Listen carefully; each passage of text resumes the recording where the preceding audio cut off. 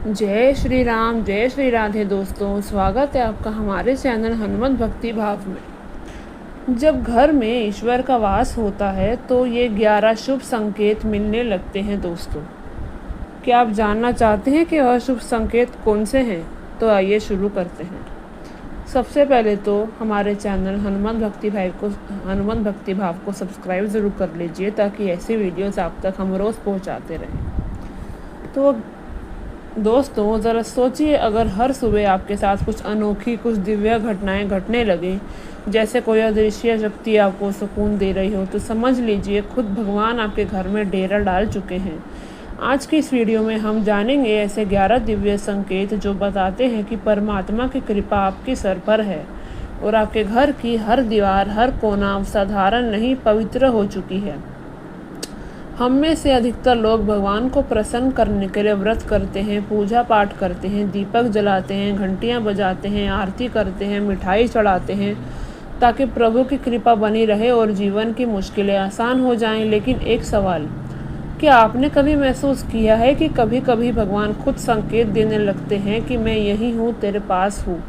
हाँ दोस्तों, जब ईश्वर किसी घर में वास करते हैं तो वो सिर्फ पूजा की घंटियों तक सीमित नहीं रहते, वे अपने होने का एहसास भी कराते हैं। कभी एक मीठी सी सुगंध के रूप में, कभी घर की शांति में, तो कभी एक अद्भुत संयोग जो अचानक घट जाए। ये अनुभव कभी प्रत्यक्ष होते हैं और कभी इतने कोमल कि बस मन ही उन्हें पहचान पाता है। घर का माहौल एकदम बदल जाता है, नकारात्मकता छूमंतर हो जाती है और एक अनकही शक्ति घर में रच बस जाती है। लेकिन हाँ, ईश्वर जितने कोमल हैं उतने ही संवेदनशील भी हैं। कुछ गलतियाँ छोटी दिखने वाली लेकिन गंभीर, जैसे आज पूजा करना और कल भूल गए, या सिर्फ दिखावे के लिए आरती करना, ऐसे रवैये से भगवान खिन्न हो जाते हैं। कुछ लोग पूजा पाठ करने बैठते हैं, उसमें भी उनको कभी अपना मोबाइल याद आ जाता है, कभी बच्चे, कभी कोई कार्य, कभी कोई खाना बनाना है, ये वो। बीच बीच में कभी फ़ोन बजे तो आवाज़ मारते हैं, अरे मेरा फ़ोन बज रहा है, आरती छोड़ के, पूजा छोड़ के। तो ऐसा नहीं करना चाहिए। हम 24 घंटे में से आधा घंटा, 1 घंटा मुश्किल से पूजा में बैठते हैं, तो वो समय सिर्फ हमें प्रभु को ही देना चाहिए, जिस तरह हम बाकी कामों में देते हैं। कई बार तो लोग कहते हैं मैं रोज़ पूजा करता हूँ फिर भी भगवान नहीं दिखते हैं। दोस्तों, ये सवाल ही ईश्वर को सबसे ज़्यादा दुख देता है, क्योंकि वो तो हर रोज़ आपके आसपास होते हैं। प्रभु तो हर जगह है, कण कण में है, लेकिन हमारी दृष्टि ही उन्हें पहचान नहीं पाती।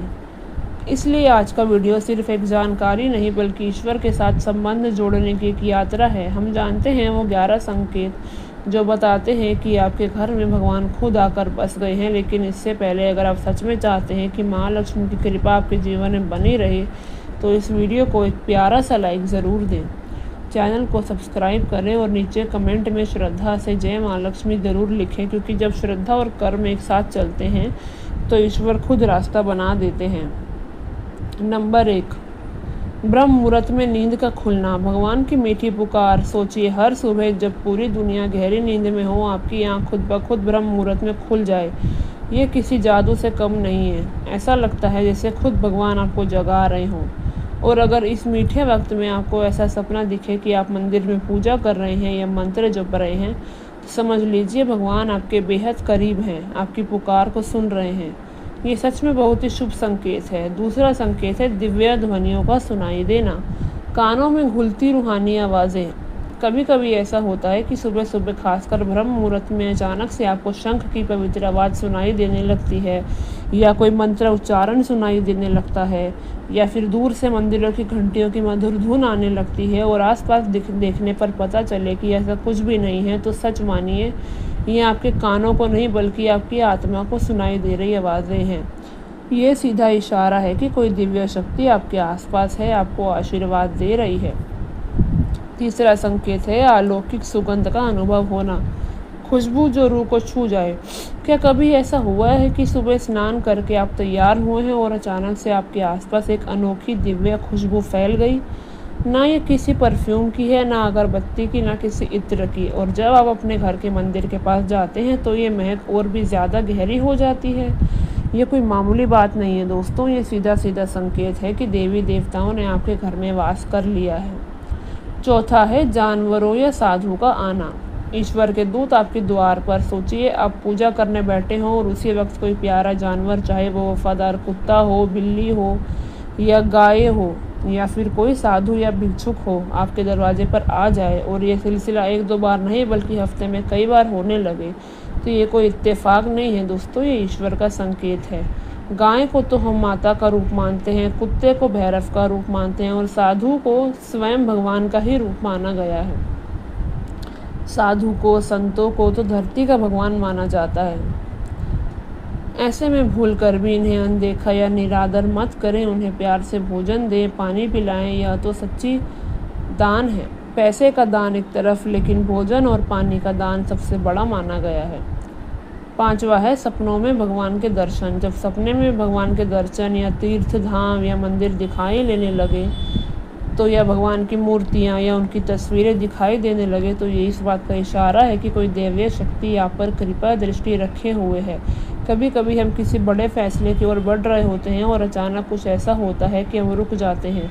ये भी एक तरह का संकेत है कि ईश्वर आपको किसी बड़ी गलती से बचा रहे हैं, उनकी कृपा आप पर बरस रही है। 6 है कि हर जगह सम्मान प्राप्त होना।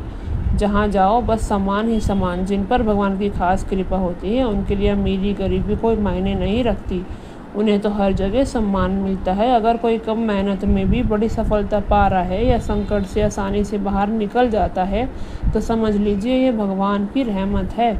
ऐसे लोग मुश्किलों में भी मुस्कुराते हैं और हर हाल में सकारात्मक रहते हैं।